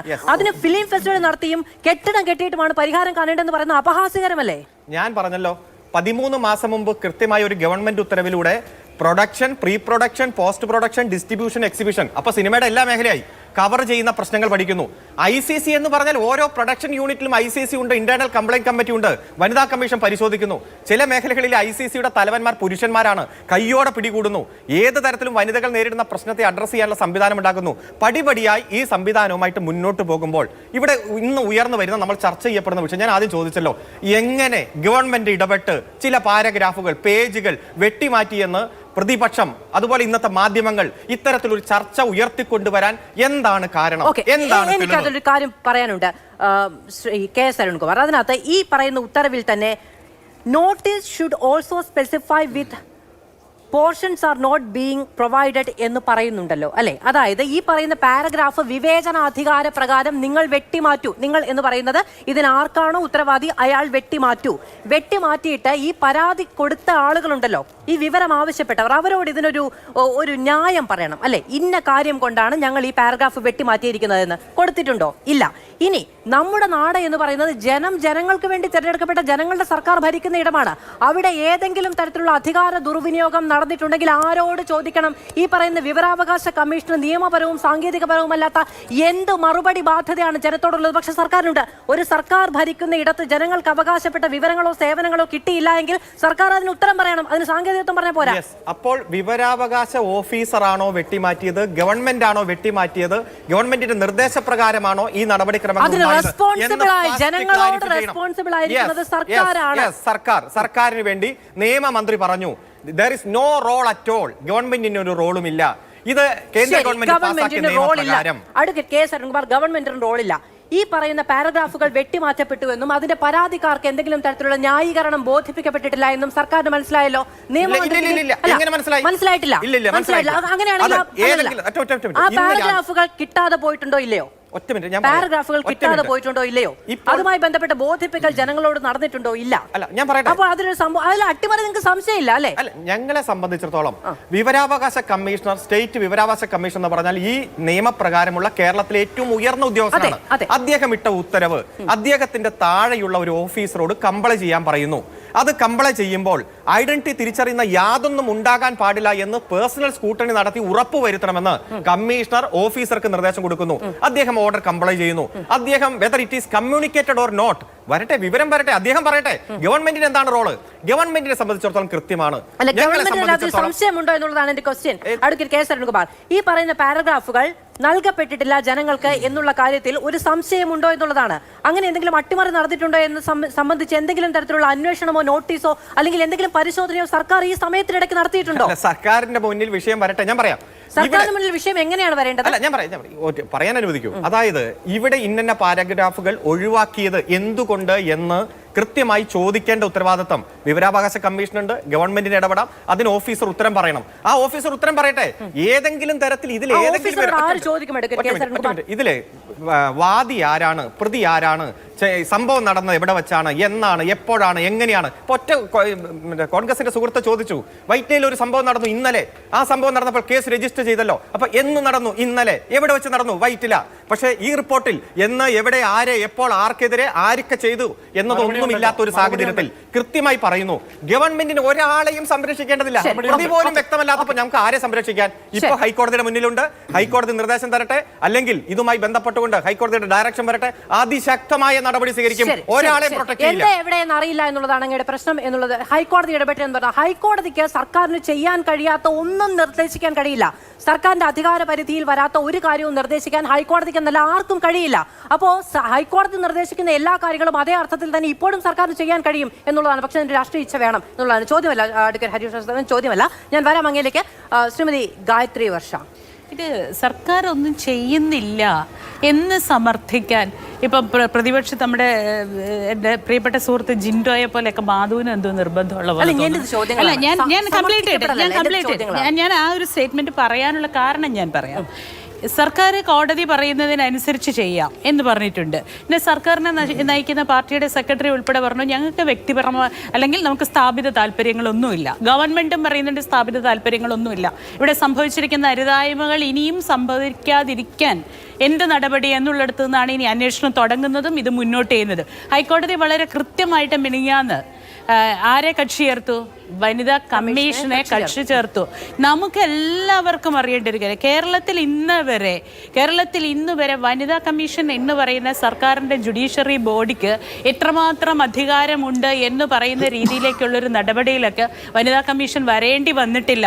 പക്ഷേ ഈ ഒരു പ്രശ്നത്തിലേക്ക് വനിതാ കമ്മീഷൻ ഇടപെടുന്നതോടുകൂടി എത്ര എഫക്റ്റീവായിട്ട് നടക്കും എന്നുള്ളതിനകത്ത് എനിക്ക് യാതൊരു സംശയവുമില്ല. അത് ഞാൻ പറയുന്നത് വെറുതെ ഇങ്ങനെ എയറിൽ നിന്നുകൊണ്ട് പറയുന്നതല്ല.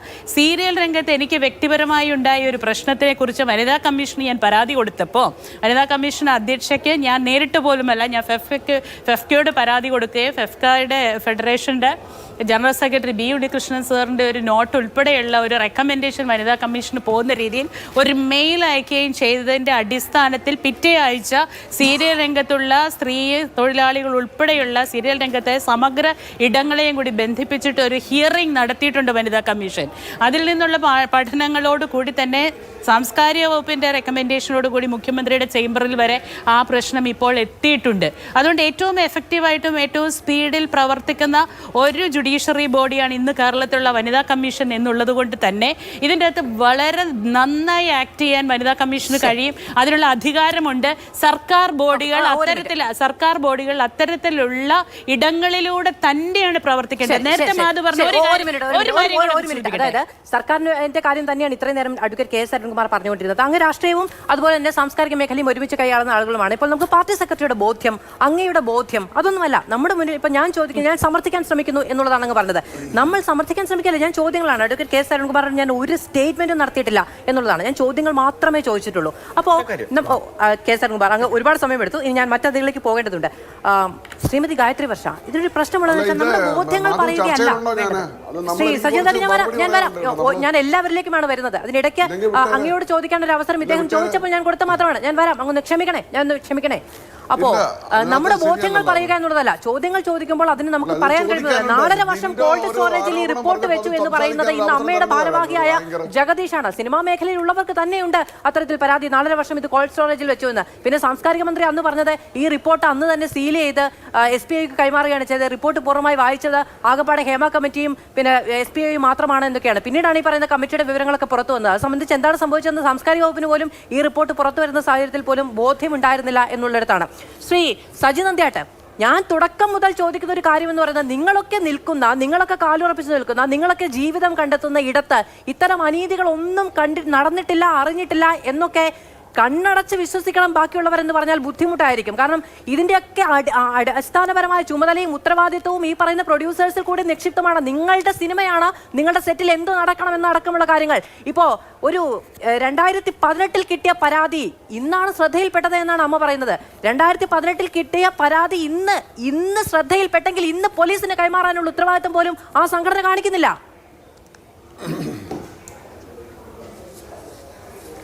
അല്ല, ഞാൻ ഓർക്കുമായിരുന്നു മാധു ഒരു വില്ലൻ പരിവേഷം ചാർത്തി തരാത്ത എന്താണെന്നിങ്ങനെ ഓർക്കുമ്പോൾ കറക്റ്റായിട്ട് മാധു അതിൽ വന്ന് വീണു. ഞാൻ അതിലേക്ക് വരാം. മാധു, നമ്മുടെ പ്രിയപ്പെട്ട സുഹൃത്ത് ജിൻഡോയുടെ ഒരു ചോദ്യം ആദ്യം ചോദിക്കട്ടെ. ഇത് ജിൻഡോ താങ്കളുടെ രാഷ്ട്രീയമായി ചേർന്ന് നിൽക്കുന്ന ഒരാൾ, അതുകൊണ്ട് തന്നെ ചോദിക്കുകയാണ്. എനിക്ക് ഇഷ്ടമുള്ള ഒരാളാണ്, താങ്കൾ ഡോക്ടറേറ്റ് ഉള്ള ഒരു അക്കാഡമിക് ഫെലോ കൂടിയാണ്. ഇത് കമ്മീഷനാണോ അതോ പഠിക്കാനുള്ള കമ്മിറ്റിയാണോ?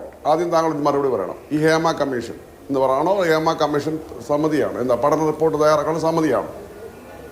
താങ്കൾ മറുപടി പറയണം. ഇതിന്റെ ഉണ്ടോ? വളരെ പ്രാഥമികമായ കാര്യമാണ് ശ്രീ സജീവ. അതൊക്കെ അല്ല, എനിക്ക് അല്ല, അദ്ദേഹം ഉണ്ടോ, ചർച്ചയിലുണ്ടോ ആണെന്നുള്ളതിനെ കുറിച്ച് താങ്കൾക്ക് ഇപ്പോഴും ഒരു ബോധ്യമില്ല. താങ്കൾക്ക് ഇപ്പോഴും ഞാൻ പറഞ്ഞ കാര്യത്തെ അപ്പൊ ഒരു കേസ് എടുക്കാൻ താങ്കൾ ഇപ്പൊ പറഞ്ഞതിനകത്ത് പറയുന്നത് ഒരു കമ്മീഷനാണെങ്കിൽ, ജിൻഡോ കമ്മീഷനാണെങ്കിൽ പരാതിയില്ലാതെ കേസെടുക്കാം. ഞാനിന്ന് സുപ്രീം കോടതിയിലെ മലയാളികളായ ചീഫായിട്ടുള്ള വലിയ വക്കീലുമാരുമായിട്ട് സംസാരിച്ച ഒരാളെന്ന നിലയിൽ പറയുകയാണ്, കമ്മീഷനാണെങ്കിൽ ആരുടെയും പരാതിയില്ലാതെ കേസെടുക്കാം. പക്ഷേ ഇതൊരു പഠന റിപ്പോർട്ടാണ്, പരാതിയില്ലാതെ കേസെടുക്കാൻ പറ്റില്ല. ഞാൻ മനസ്സിലാക്കിയ കാര്യമാണ്. പിന്നെ താങ്കൾ പറഞ്ഞു, ഞാൻ കഴിഞ്ഞ ദിവസം ഒരു ബൈറ്റ് കണ്ടു, വളരെ കറക്റ്റാണ്. ഹേമ കമ്മിറ്റി റിപ്പോർട്ട് പൂർണ്ണമല്ലെന്ന് ഞാൻ പറഞ്ഞു. സെക്സൽ ഹറാസ്മെന്റിനെ കുറിച്ചല്ല പറഞ്ഞത്. കാരണം എന്താണ്, സംഘടനകളെ വിളിക്കുക, നിങ്ങൾ ചെയ്യുന്ന ICC പോലുള്ള കാര്യങ്ങളിൽ എന്താണ് നിങ്ങൾ ചെയ്തുകൊണ്ടിരിക്കുന്നത്, നിങ്ങൾക്ക് എവിടെയെങ്കിലും പോരായ്മയുണ്ടോ, ഞങ്ങൾക്ക് ഇന്നെ പരാതിയുണ്ട് എന്ന് പറഞ്ഞൊരു സംഘടനയെ വിളിച്ച് പറയാതെ സംഘടനയെ ചെയ്യുന്ന കാര്യത്തെ വിമർശിക്കുന്നതോട് ഞങ്ങൾക്ക് ബുദ്ധിമുട്ടുണ്ട്. അതുപോലെ ഞാൻ ചോദിച്ച ചോദ്യം എന്താ ഷിൻഡോ മനസ്സിലാക്കാത്തത്? ഞങ്ങൾ ചോദിച്ചത്, ഒരു രാഷ്ട്രീയക്കാരൻ ഒരു തെറ്റ് ചെയ്താൽ ആ രാഷ്ട്രീയ പാർട്ടിക്കാരെല്ലാം കേരളത്തിൽ മോശക്കാരാണോ? അത് CPM ആയിക്കോട്ടെ, കോൺഗ്രസ് ആയിക്കോട്ടെ. സിനിമാക്കാർ തെറ്റ് ചെയ്താൽ കേരളത്തിലെ മുഴുവൻ, കേരളത്തിൽ സിനിമാക്കാർ 100-500 അല്ല, ലക്ഷക്കണക്കിന് ആൾക്കാരുണ്ട്. ഇവരെല്ലാം തെറ്റുകാരാണോ? പറയട്ടെ, എല്ലായിടങ്ങളിലും സ്ത്രീകൾ. ഇത്രയും കാലത്തിനിടയ്ക്ക് ഈ പ്രൊഡ്യൂസേഴ്സിന്റെ സംഘടന ഈ പറയുന്ന സിനിമയിൽ ഏതെങ്കിലും ഒരു ഇടത്ത് വെച്ച് ഒരു സ്ത്രീയോ അല്ലെങ്കിൽ ഏതെങ്കിലും ഒരു സഹജീവിയോ അപമാനിക്കപ്പെട്ടു, അധിക്ഷേപിക്കപ്പെട്ടു, അല്ലെങ്കിൽ കുറ്റകൃത്യത്തിനിരയായി എന്നൊരു പരാതി സംഘടന എന്ന നിലയ്ക്ക് അഡ്രസ്സ് ചെയ്യുകയോ അത് നിയമ സംവിധാനത്തിൽ കൈമാറുകയോ ചെയ്തിട്ടുണ്ടോ? ഇതൊന്നുമില്ല എന്ന ഉറച്ച ബോധ്യത്തിൽ നിന്നും നിഷ്കളങ്കതയിൽ നിന്നുമാണോ അത്തരം ഒരു നിർജീവത്വം നിങ്ങൾക്കുണ്ടായത്?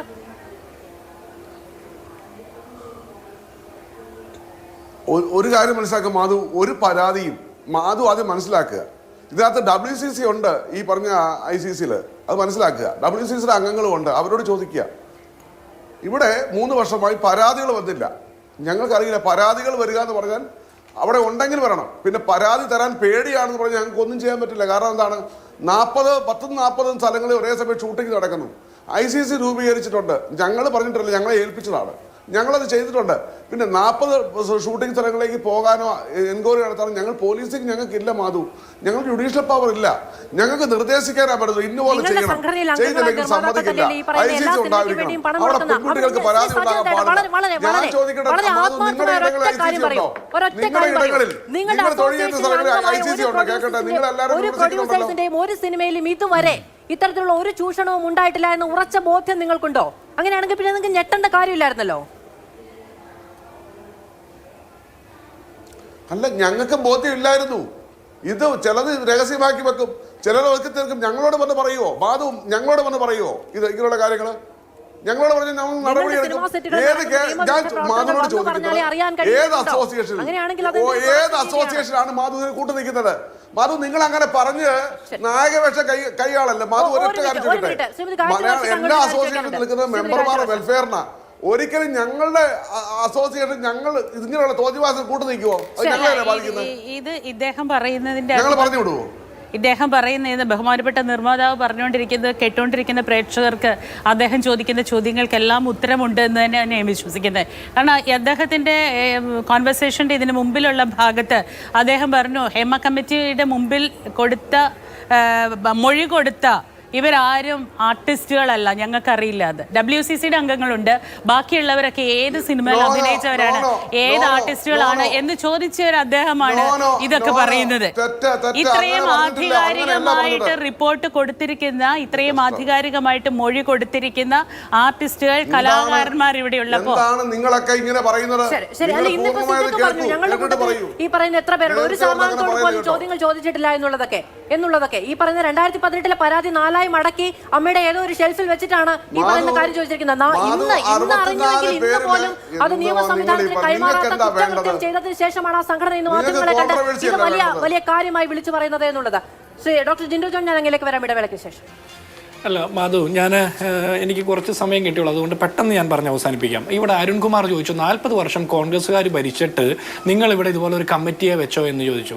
ഇല്ല അരുൺകുമാറെ, വെക്കാൻ നമുക്ക് സാധിച്ചില്ല. കാരണം 40 വർഷമോ 50 വർഷമോ ഈ കേരളം ഭരിച്ചതല്ല പ്രശ്നം. 2017 ഒരു യുവനടി ഓടിക്കൊണ്ടിരിക്കുന്ന വാഹനത്തിൽ അതിക്രൂരമായിട്ട് ബലാത്സംഗം ചെയ്തതുമായി ബന്ധപ്പെട്ട വിഷയം പൊതുസമൂഹത്തിൽ ചർച്ചയാവുകയും സിനിമാ മേഖലയിലെ സ്ത്രീ പ്രവർത്തകർ, നടിമാർ അതിരൂക്ഷമായിട്ട് അതിനെതിരെ രംഗത്ത് വരികയും അതിൽ ഗൂഢാലോചന അന്വേഷിക്കണമെന്ന് ആവശ്യപ്പെട്ടുകൊണ്ട് WCC പോലെ ഒരു സംഘടന രൂപീകരിക്കുകയും ചെയ്തു.